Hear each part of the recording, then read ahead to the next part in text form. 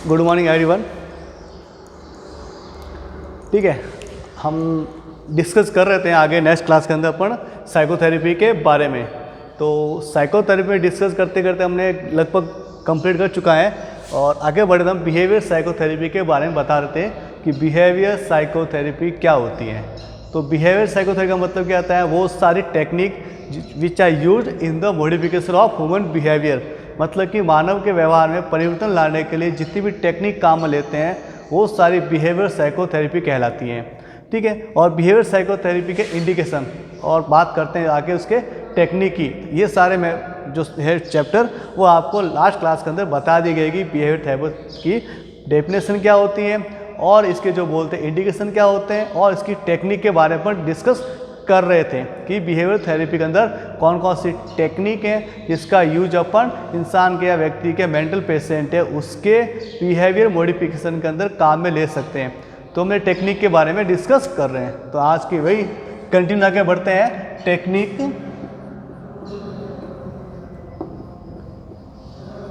Used in behaviour psychotherapy.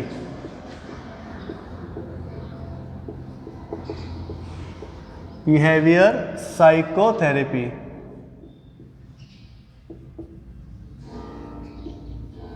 ठीक ना। Technique which are used in behaviour psychotherapy, तकनीक कौन कौन से मेथड है जिसका प्रयोग बिहेवियर साइकोथेरेपी के अंदर ले सकते हैं। तो पहली टेक्निक आपको बता दी गई थी एवर्जन थेरेपी। पहली टेक्निक थी हमारी एवर्जन थेरेपी। ठीक है, इसके बाद डिस्कस कर चुके हैं। फिर बता दो रिव्यू इसका कि एवर्जन थेरेपी के अंदर क्या करते हैं। एवर्जन थेरेपी के अंदर क्या करते हैं कि वह पेशेंट जिसको कोई भी कार्य करने में, कुछ भी एक्टिविटी करने में आनंद की अनुभूति होती है, उसको जॉय मिलता है, उन कंडीशन को, उन कार्य को पेशेंट को अनप्लेजेंट यानी अनआनंदित यानी उसको आनंद नहीं मिले इस प्रकार की चीज़ों में कन्वर्ट कर लेते हैं। मज़े वाली चीज़ को सजा वाली चीज़ में कन्वर्ट करना, ये होता है अपन एवर्जन थेरेपी के अंदर कि कोई कार्य करने में पेशेंट को एंजॉय या मज़ा आ रहा था, उस कार्य को इस प्रकार से कन्वर्ट करते हैं कि अब मज़ा की जगह पेशेंट को सजा आना स्टार्ट हो जाए, जो आनंद मिलना चाहिए वो आनंद उसको नहीं मिल पाता है। ये करते हैं अपन एवर्जन थेरेपी के अंदर, जो आपको बता दिया गया है। सेकेंड अपना टेक्निक थी सिस्टमैटिक डिसेंसिटाइजेशन। सेकेंड टेक्निक थी सिस्टमैटिक डिसेंसिटाइजेशन। ठीक है, इन्हीं इसको बोलते हैं क्रमबद्ध विसंवेदीकरण। अब सिस्टमैटिक डिसेंसिटाइजेशन क्या करते हैं कि पेशेंट के जो तनाव कारक हैं, पेशेंट को जिन चीज़ों से तनाव या स्ट्रेस का डेवलपमेंट होता है, तो पेशेंट को उन्हीं कारकों का आमना सामना करवाते हैं अपन सिस्टमैटिक डिसेंसिटाइजेशन के अंदर। कोई पेशेंट है जिसको जिस कारक से, जिस वस्तु से, जिस व्यक्ति से डर लगता है, उस व्यक्ति को हम उसी का आमना सामना करवा देते हैं। ठीक है, जिससे क्या होगा, पेशेंट को रियलिटी का पता चल जाएगा कि वास्तविकता में ये चीज़ मेरे लिए नुकसानदायक नहीं है। ठीक है, इससे मुझे किसी प्रकार लॉस नहीं हो रहा है, तो ऑटोमेटिक क्या होगा, पेशेंट का बिहेवियर उसके प्रति बदल जाएगा। ये अपना करते थे सिस्टमैटिक डिसेंसिटाइजेशन के अंदर। ये दो टेक्निक हमने लास्ट क्लास में डिस्कस कर चुके हैं। अब बात करते हैं नेक्स्ट टेक्निक की। तो नेक्स्ट टेक्निक बात करते हैं to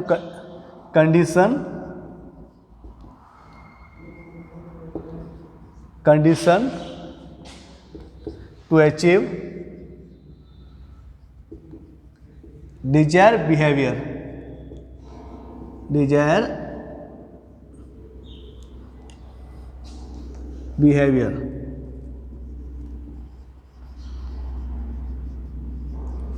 condition to achieve desire behaviour, यानी कि जो अपन जैसा बिहेवियर चाहते हैं वैसी कंडीशन इम्प्रूव क्या करना, डेवलप करना। तो ये आपकी आज की नेक्स्ट टेक्निक है, कंडीशन ऑफ अचीव डिजायर। कि ऐसी कंडीशन, ऐसे प्रोसीजर उत्पन्न करने हैं जिससे अपन को डिजायर बिहेवियर अपन को मिल सके, यानी कि पॉजिटिव बिहेवियर पता चल सके। तो इसके अंदर अपन टेक्निक की बात करते हैं। इसका पहला पॉइंट आता है positive behaviour reinforcement.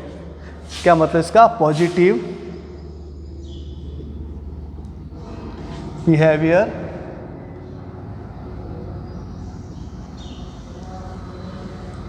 Reinforcement. Positive behaviour reinforce यानी कि पॉजिटिव बिहेवियर को बढ़ावा देना। रीइंफोर्समेंट का मतलब, पॉजिटिव बिहेवियर रीइंफोर्समेंट का मतलब होता है पॉजिटिव बिहेवियर को क्या देना, बढ़ावा देना। अब पॉजिटिव बिहेवियर को कैसे बढ़ावा दे सकते हैं? अब पॉजिटिव बिहेवियर को बढ़ावा देने क्या करेंगे, जब कोई व्यक्ति है अच्छा कार्य करता है, ठीक है, अच्छा काम करता है, तो अपन क्या करते हैं, उसकी तारीफ़ करते हैं या उसको प्राइज़ देते हैं या उसको इनाम वगैरह देते हैं, जिससे कि उसको और ज़्यादा बिहेवियर कैसा हो जाए, पॉजिटिव हो जाए। अगर हम कोई कार्य करते हैं जिससे अपन को तारीफ़ मिलती है, इनाम मिलता है, तो अपन क्या करते हैं, और ज़्यादा अच्छा काम करने की कोशिश करते हैं। तो ये होता है पॉजिटिव बिहेवियर रीइंफोर्समेंट, मतलब होता है पेशेंट को पॉजिटिव बिहेवियर को बढ़ावा देने के लिए उसको प्राइज़ वगैरह देना, इनाम वगैरह देना, ताकि उसका बिहेवियर और ज़्यादा अच्छे से सेम टू सेम पॉजिटिव चलता रहे। ये होता है ना पॉजिटिव बिहेवियर रीइंफोर्समेंट। ठीक है, अब इसके अंदर सेकंड टेक्निक की बात करें, इसी के अंदर इसके अंदर बात करते हैं, तो इसी की सेकंड टेक्निक है, और क्या कर सकते हैं, टू इंड्यूसिंग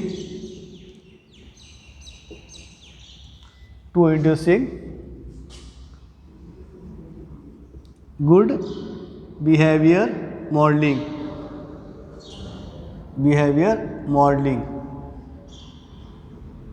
ठीक है, to inducing good behaviour modelling का मतलब होता है अच्छे व्यवहार के अनुसरण के लिए प्रोत्साहित करना। इसका हिंदी बोले तो अच्छे व्यवहार का अनुसरण करना। ठीक है, अब इसके अंदर क्या करते हैं, to inducing good behaviour modelling के अंदर क्या करते हैं, जो एबनॉर्मल असामान्य बिहेव करता है, असामान्य व्यवहार करने वाले व्यक्ति को ऐसे लोगों के साथ रखा जाता है जो गुड बिहेवियर करते हैं, और पेशेंट को ये देखने का मौका मिलता है कि गुड बिहेवियर या जो सामान्य व्यवहार करने पर उसको समाज में क्या मिलता है, क्या उसको स्वीकृति मिलती है, कितना उसको मान सम्मान मिल रहा है। तो ये देखकर वो भी क्या व्यक्ति, इन लोगों को देखकर, इनके मान सम्मान को देखकर वो भी अपने बिहेवियर के अंदर परिवर्तन ला सके, उसके अंदर क्या कर सके, वो मॉडिफिकेशन ला सके। तो ये काम होता है आपको इसके अंदर, to inducing positive behaviour modelling, कि व्यक्ति क्या करे, अच्छे व्यवहार करने वाले व्यक्ति को फॉलो करे, उसका क्या करे, व्यक्ति अनुसरण करे, उसको फॉलो करे, उसके पीछे पीछे चले, ताकि उसको पता चले कि एक जो गुड बिहेवियर है उसके करने के क्या क्या फ़ायदे मिलेंगे। जब उसको पता चलेगा तो वह अपना असामान्य व्यवहार को छोड़कर नॉर्मल बिहेव करना स्टार्ट हो जाएगा, इन लोगों की तरह बात करना या व्यवहार करना स्टार्ट हो जाएगा, जिससे उसके बिहेवियर में परिवर्तन आ सकता है। तो ये होता है अपना to inducing good behaviour modelling, इसके द्वारा ये टेक्निक यूज में ली जाती है इसके अंदर। ठीक, ये होगी इसकी second point, conditional to achieve desire behaviour के अंदर। अब बात करें सेकंड, इसके अंदर इसी के अंदर इसका थर्ड पॉइंट आता है token economy technique. Token economy technique इसी के ही पार्ट है। तो टोकन इकोनॉमी टेक्निक के अंदर क्या करते हैं, ये जब कोई व्यक्ति कोई माल एडजस्ट बिहेवियर वाला पर्सन है या एबनॉर्मल बिहेवियर वाला पेशेंट है, तो उसको बोला जाता है कि अगर तुम जितना अच्छा नॉर्मल बिहेव करोगे, सामान्य व्यवहार करोगे, उतनी आपको टोकन दिए जाएंगे। क्या दिए जाएंगे, आपको टोकन दिए जाएंगे। ठीक है, इस हर एक अच्छे काम के लिए, हर एक नॉर्मल काम के लिए पेशेंट को टोकन प्रोवाइड करेंगे और बोल दिया जाएगा इसको पेशेंट को। ठीक है ना, अब कोई पेशेंट है जितने ज़्यादा टोकन अचीव करता है, जितने ज़्यादा टोकन कलेक्ट करता है, जितने ज़्यादा टोकन लेता है, तो इसका मतलब क्या है, व्यक्ति अपने बिहेवियर के अंदर क्या ला रहे हैं, परिवर्तन ला रहे हैं। क्यों? ठीक है ना, कैसे पता चल रहा है, अपन ने उसको पहले बोल रखा है कि जो जितना अच्छा बिहेव करता है, सामान्य व्यवहार करता है, उनको एक टोकन प्रोवाइड किया जाए।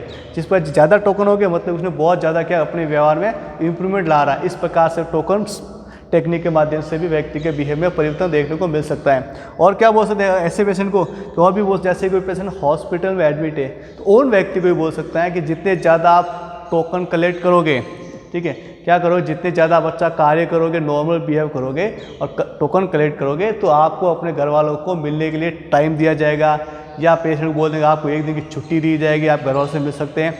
या बोल सकते हैं पेशेंट को कि आपको अपने इंटरेस्ट के अनुसार या आपकी पसंद खाना आपको दिया जाएगा अगर आप ज़्यादा टोकन इकट्ठे करते हैं। तो इस प्रकार से पेशेंट क्या अपने बिहेवियर के अंदर परिवर्तन लाने की कोशिश करता है और अपना आइडिया पता लगा सकते हैं कि पेशेंट के बिहेव के अंदर कितना परिवर्तन आया है, ये होती है अपनी टोकन इकोनॉमी। तो ये अपना थर्ड टेक्निक थी, condition of achieve desired behaviour, यानी कंडीशन उत्पन्न कर रहे हैं एक क्या पेशेंट का। अब टोकन भी देखिए क्या कंडीशन उत्पन्न करा रहे हैं, कंडीशन देखिए क्या करें अपन, एक डिजायर बिहेवियर को अचीव करें। अपना डिजायर बिहेवियर क्या है कि पेशेंट सामान्य व्यवहार करे, ये अपना डिजायर बिहेवियर, उसको अपन कंडीशन उत्पन्न करके प्राप्त कर रहे हैं, इसलिए उसको बोला condition of achieve desire behaviour. कोई स्थिति देके उसके माध्यम से पेशेंट का अपना डिजायर बिहेवियर है, यानी पेशेंट नॉर्मल बिहेव कर उसका अपन पता कराए या उसका प्रमोट कर रहे हैं, तो ये होगा अपना टू अचीव डिजायर बिहेवियर। जैसे कि अपन ने पेशेंट को रीइंफोर्समेंट किया डिजायर के लिए, क्या पेशेंट को टोकन इकोनॉमी कर रहे हैं, वो भी उसी लिए कर रहे हैं, और पेशेंट किसी के अंडर रख रहे हैं, अनुसरण के लिए बोल रहे हैं, वो भी इसी के अंदर कर रहे हैं। तो ये होगी अपनी टू अचीव डिजायर बिहेवियर की टेक्निक।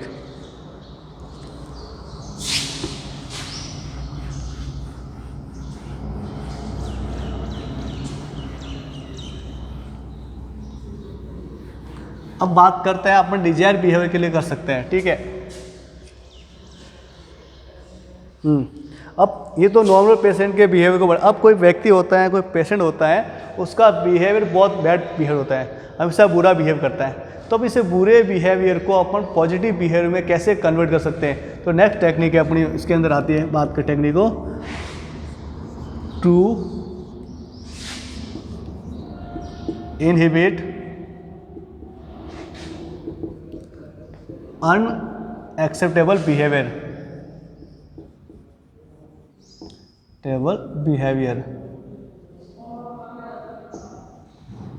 क्या करना है, टू इनहिबिट अनएक्सेप्टेबल बिहेवियर, मतलब कि क्या अमान्य व्यवहार।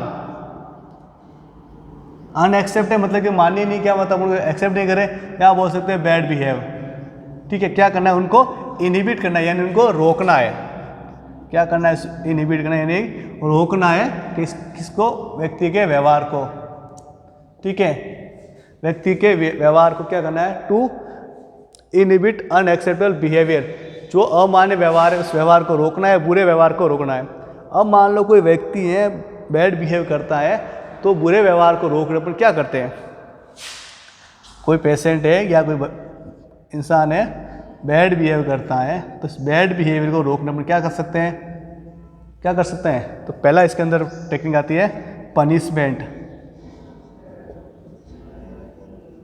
क्या कर सकते हैं, पनिश कर सकते हैं, यानी पेशेंट को, व्यक्ति को सजा दे सकते हैं। अगर मान लो कोई व्यक्ति बुरा बिहेव करता है तो आप उसको क्या डांट सकते हैं, यहाँ पे जो उसको लाभ मिलने चाहिए, जो उसको प्रॉफिट मिलना चाहिए, वो उसको देंगे भी नहीं, ठीक है। जैसे मान लो घर में कोई छोटा बच्चा है, बच्चे वगैरह जिद करते हैं, गाली गलौज कर लेते हैं, फिर क्या करते हैं, उनको पीटते हैं, उनको मारते हैं, तो उनको पता चल जाएगा कि ऐसा बिहेव करने पर मेरे को सज़ा मिल रही है, मेरे का नुकसान हो रहा है, या मुझे किसी पर भी प्रकार का कोई भी फायदा नहीं हो रहा है, तो व्यक्ति ऑटोमेटिक क्या करेगा, इस बैड बिहेव को छोड़ने की कोशिश करेगा। किसकी डर की वजह से, पनिशमेंट की वजह से, सज़ा के डर की वजह से भी क्या करेगा, अपना जो बैड बिहेवियर छोड़ने की कोशिश करेगा। नेक्स्ट इसके अंदर बात कर सकते हैं, इसके बाद एक आता है टाइम आउट, बोल सकते हैं इसको टाइम आउट।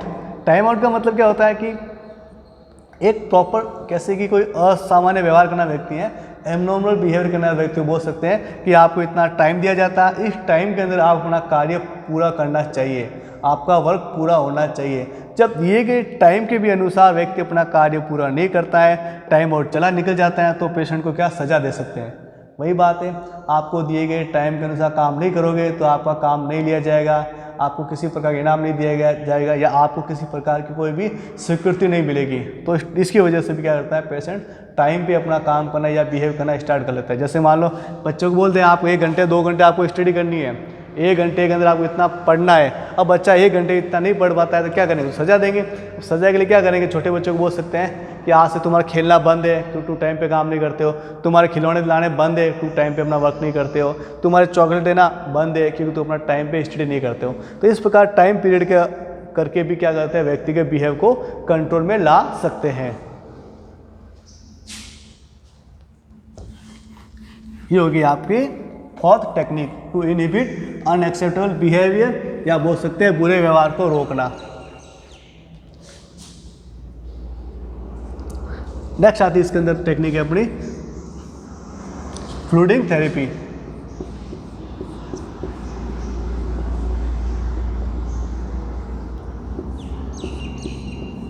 बोल सकते हैं फ्लूइडिंग थेरेपी।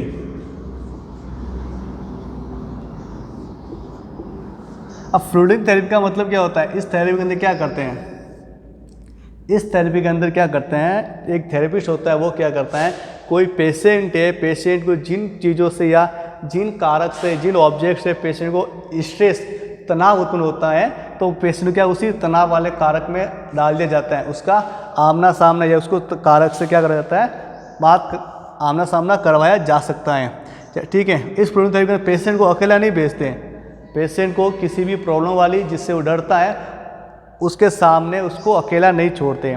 थेरेपिस्ट बोलता है आप चलो हम तुम्हारे साथ हैं, क्या बोले थेरेपिस्ट कि हम आपके साथ हैं, आप आगे बढ़ो। इससे क्या होगा, इससे पेशेंट का कॉन्फिडेंस लेवल बिल्डअप होगा, डेवलप होगा, उसको और बढ़ेगा। ठीक है, जब पेशेंट को आत्मविश्वास बढ़ेगा, उसका कॉन्फिडेंस लेवल बढ़ेगा, तो आराम से उस चीज़ का सामना कर सकता है जिससे उसको स्ट्रेस होता है, जिससे उसको डर है, क्योंकि उसके साथ कोई है। ठीक है, अब ठीक है ना, और जब उसका सामना करेगा तो पेशेंट को रियलिटी में पता चल जाएगा कि जो फैक्टर है, ये जो कारक है मेरे लिए इतने नुकसानदायक नहीं है, मैं तो ऐवी ही बिना मतलब इस कारक से डर रहा हूँ, इससे मुझे किसी प्रकार का लॉस नहीं हो रहा है। तो क्या होगा, इतना पता चलने के बाद पेशेंट का जो बिहेव है उस व्यक्ति या उस कारक के प्रति कैसा हो जाएगा, नॉर्मल हो जाएगा। जो पहले एबनॉर्मल था, असामान्य था, अब वो बिहेव कैसा हो जाएगा, बिल्कुल ही नॉर्मल हो जाएगा। ये होता है अपना ऑक्यूपेशनल थेरेपी यानी फ्लूइडिंग थेरेपी के अंदर।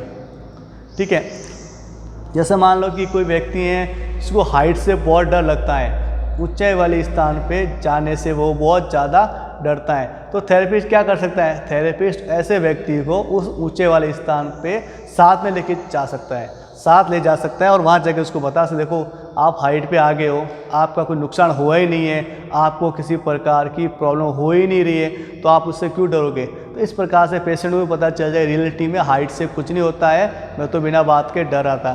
तो जो हाइट के प्रति उसका डर है वो क्या हो जाएगा, ख़त्म हो जाएगा। ये होता है अपन फ्लूइडिंग थेरेपी के अंदर करते हैं फ्लूइडिंग, कि पेशेंट को जिससे डर लगता है उसका सामना करवा दें, तो पेशेंट का जो बिहेवियर उसके प्रति एबनॉर्मल था वो अब नॉर्मल बिहेवियर में कन्वर्ट हो जाएगा। ये होगी आपके ऑक्यूपेशनल थेरेपी की टेक्निक, कौन कौन से माध्यम से पेशेंट के बिहेवियर के अंदर अपन चेंजेस ला सकते हैं और जो उसका बिहेवियर को मॉडिफाई कर सकते हैं। यहाँ तक आपको ऑक्यूपेशनल थेरेपी का कंप्लीट बिहेवियर थेरेपी पूरी आपकी कंप्लीट हो चुकी है। अब इसके अंदर ऐसा कुछ नहीं है।